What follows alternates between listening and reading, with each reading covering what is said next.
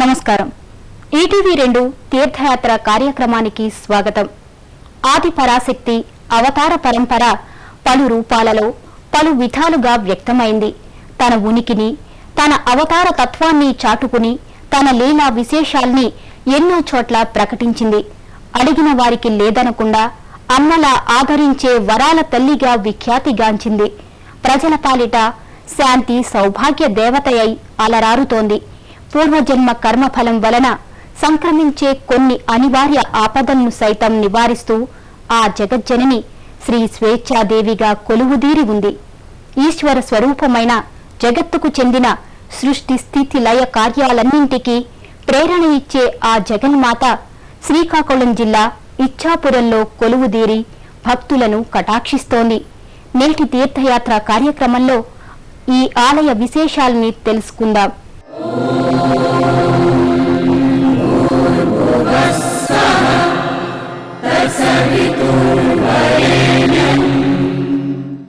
విపులమైన చారిత్రక ఆధారాలు లేనప్పటికీ అతి పురాతన ఆలయంగా ఇక్కడి స్థల పురాణాల ద్వారా తెలుస్తోంది. ఇంతటి పురాణ ప్రశస్తమైన ఆలయ ప్రవేశాన్ని చేద్దాం రండి.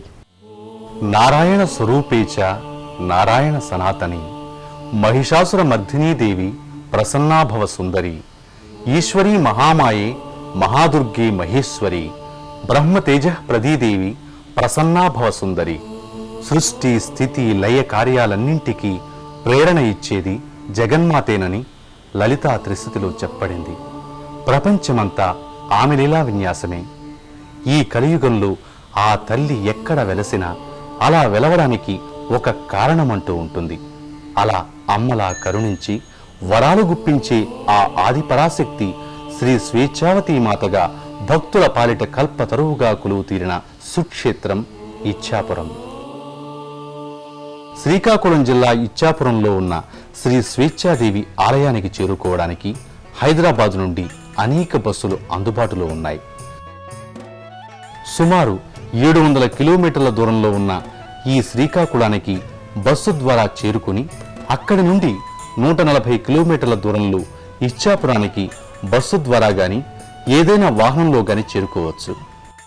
పూర్వం ఈ ప్రాంతం నవాబుల హయాంలో ఉండేది. వీలైనంత విపులమైన చారిత్రక ఆధారాలు లేనప్పటికీ ప్రజా నానుడి ప్రకారం చాలా పురాతనమైన ఆలయంగా ప్రసిద్ధిగాంచింది. పూర్వం ఈ ప్రాంతమంతా చెట్లు చేమలతో చిన్న గ్రామమై అరణ్యంగా ఉండేది. ఈ ప్రాంతంలో ఎక్కువగా రైతులు నివసించేవారైనప్పటికీ కరువు కాటకాలు ఏర్పడడం వల్ల వేరే ప్రాంతాలకు వలస వెళ్లవలసి వచ్చింది. శక్తి స్వరూపిణి శ్రీ స్వేచ్ఛాదేవి ఆ ప్రాంత పెద్ద మనిషి కలలో కనిపించి, నేను ఇక్కడ కొలువై ఉన్నానని, నాకు గుడి కట్టి పూజిస్తే మీ సమస్యలు పరిష్కారమవుతాయని చెప్పి అంతర్ధానమైంది. ఇలా అమ్మవారు శ్రీ స్వేచ్ఛాదేవిగా కొలువైన నాటి నుండి ఈ ప్రాంతమంతా సుభిక్షంగా ఉందనడంలో అతిశయోక్తి ఏమాత్రం లేదు.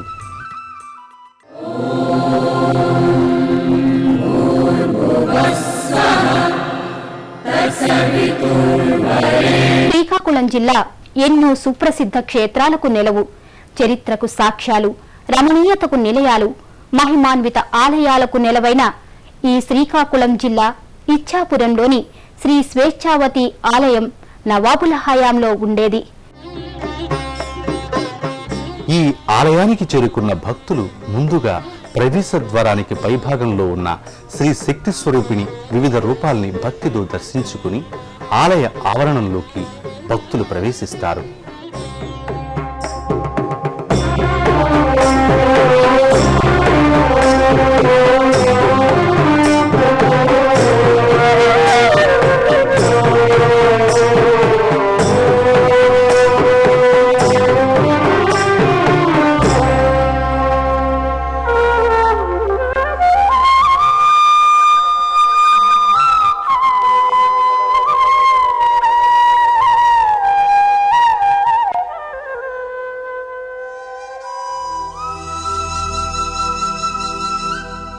ఒక ఎత్తైన వేదికపై అమ్మవారి వాహనమైన సింహం కొలువుతీరి ఉంటుంది.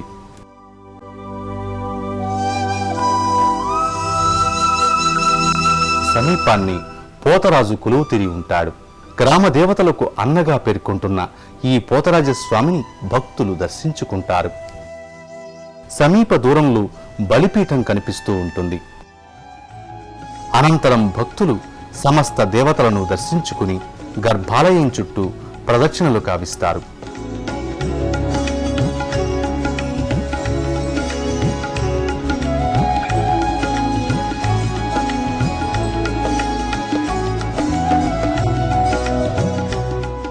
స్తంభానికి దగ్గరగా సూర్య నమస్కారం చేసి దీర్ఘ చతురస్రాకారపు వేదిక నెలకొని ఉంటుంది. గర్భాలయ ప్రవేశ ద్వారం పైభాగాన అమ్మవారి నవదుర్గ మూర్తి రూపాలు, శ్రీ లలితాదేవి మూర్తి మరోవైపు, వీణాపాణి అయిన సరస్వతి మూర్తి రూపాలు నెలకొని ఉంటాయి.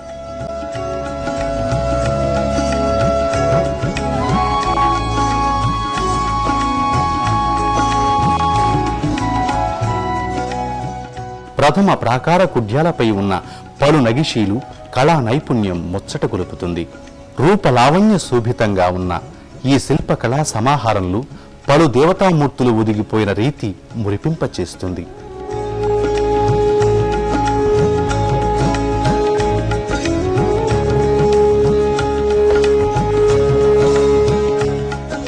బ్రహ్మి, మహేశ్వరి, కౌమారి, వైష్ణవి, వారాహి, ఇంద్రాణి, చాముండి విగ్రహాలు గోచరమవుతాయి.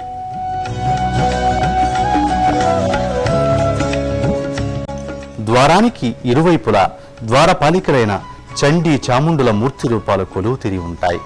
అలాగే ఇరువైపులా భయంకర రూపమైన ద్వారపాలికల మూర్తులు కొలువై ఉంటాయి.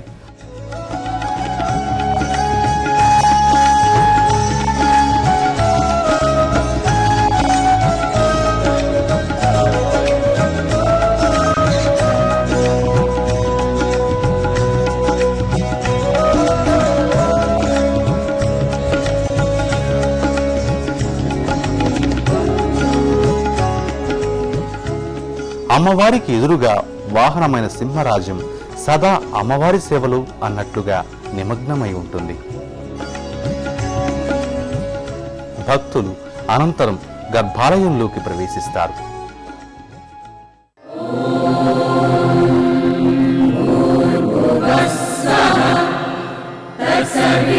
శ్రీ స్వేచ్ఛాదేవి వెలవటానికి సంబంధించిన గాథ ఒకటి ప్రచారంలో ఉంది. పూర్వం ఇచ్చాపురం ప్రాంతం చెట్లు చేమలతో నిండి ఉండేది.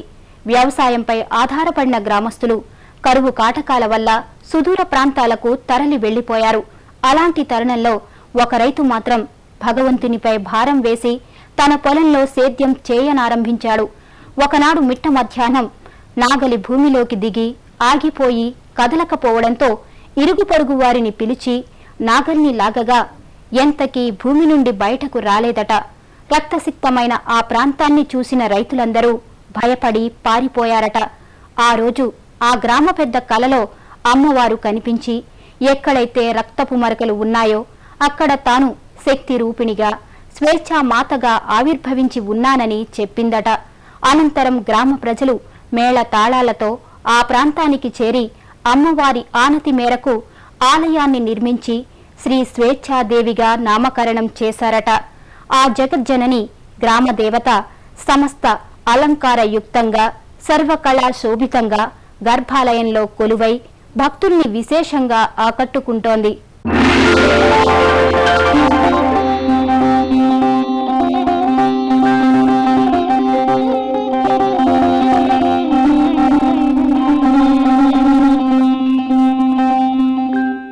గర్భాలయ అంతరాలయం పూర్తిగా రాతి కట్టడంతో హృద్యంగా కనిపిస్తూ ఉంటుంది. ఇరువైపులా అమ్మవారి లీలా విశేషాల పలు చిత్ర రూపాలు కనిపిస్తూ ఉంటాయి.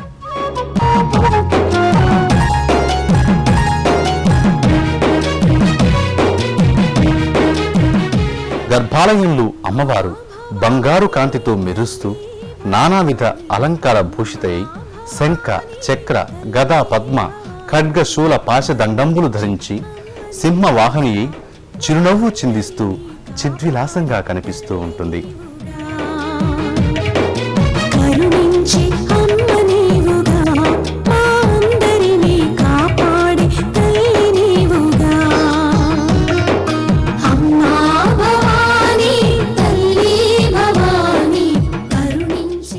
అమ్మవారి విగ్రహానికి పాద భాగంలో అమ్మవారి మూల విరాట్ కనిపిస్తూ ఉంటుంది. అమ్మవారి ఆరాధన వల్ల పూర్వజన్మ కర్మఫలం వల్ల సంక్రమించే కొన్ని అనివార్య ఆపదలు సైతం పక్కకు తొలగిపోతాయి. గృహంలో అనారోగ్యంతో బాధపడే ఆబాల గోపాలాన్ని, గృహ చికాకులతో సతమతమై మనశ్శాంతి లేని వారికి ఈ అమ్మవారి స్మరణ వల్ల ఉపశమనం కలుగుతుంది.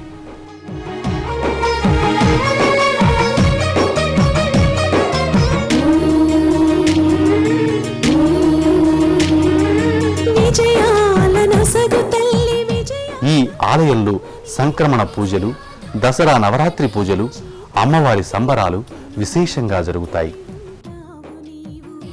ప్రతి మంగళ ఆదివారాల్లో ఈ ఆలయం భక్తులతో కిటకిటలాడుతూ ఉంటుంది.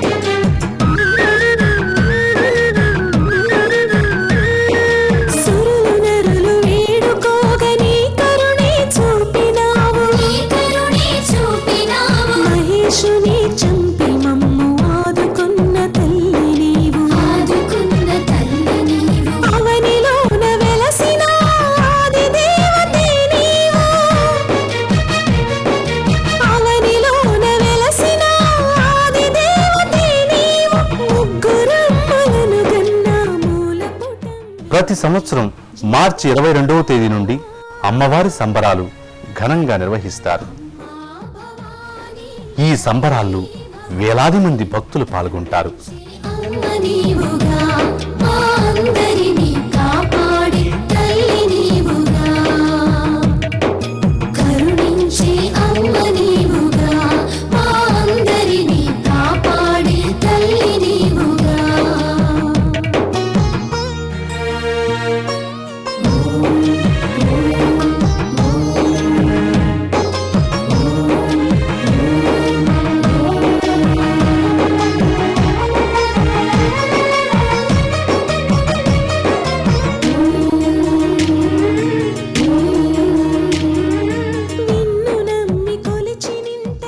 అమ్మవారి ఆలయానికి ఉత్తర భాగంలో యజ్ఞశాల ఒకటి కనిపిస్తూ ఉంటుంది.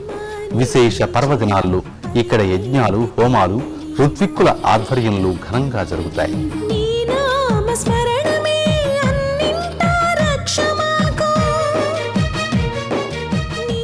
ఈ ప్రాంగణంలోనే కొందరు మహిళా భక్తులు లలితా సహస్రనామాలు భక్తితో పఠిస్తారు.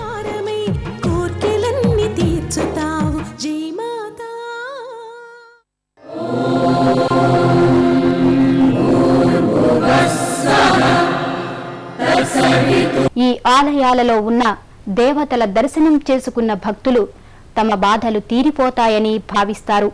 ఆ దేవతలను దర్శించుకుని తమ కోర్కెలు తీర్చమని మనస వాచ వేడుకుంటారు.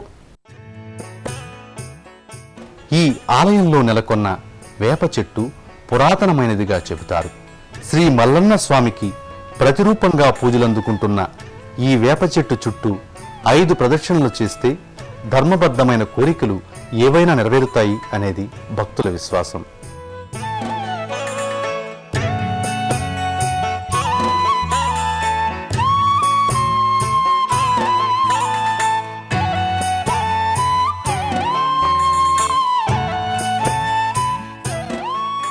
ఇక్కడే ఆంజనేయ స్వామి వారి సన్నిధి కూడా ఉంటుంది.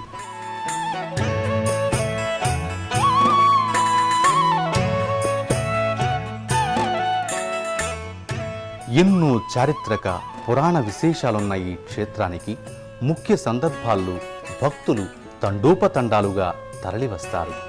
స్వామి దర్శనాన్ని చేసుకుని పులకాంకితులవుతారు. ఈ క్షేత్రంలో పలు ఉపాలయాల్ని కూడా భక్తులు సందర్శిస్తారు.